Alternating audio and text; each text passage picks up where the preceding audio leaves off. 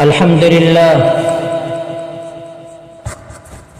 لله الذي لم يزل ولا يزال حيا قيوما عالما قديرا مدبرا سميعا بصيرا، ونشهد أن لا إله إلا الله وحده لا شريك له، له الملك وله الحمد وأكبره تكبيرا، ونشهد أن سيدنا ومولانا محمدا عبده ورسوله الذي أرسل إلى الناس كافة بشيرا ونذيرا، وصلى الله عليه وعلى آله وأصحابه وأزواجه وذرياته وسلم تسليما كثيرا.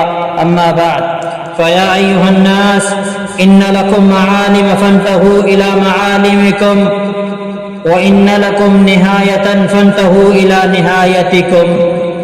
فإن العبد المؤمن بين مخافتين، بين أجل قد مضى لا يدري ما الله قاض به، فليتزود العبد من نفسه لنفسه، ومن حياته لموته، ومن شبابه لكبره، ومن دنياه لآخرة، فإن الدنيا خلقت لكم وإنكم خلقتم للآخرة.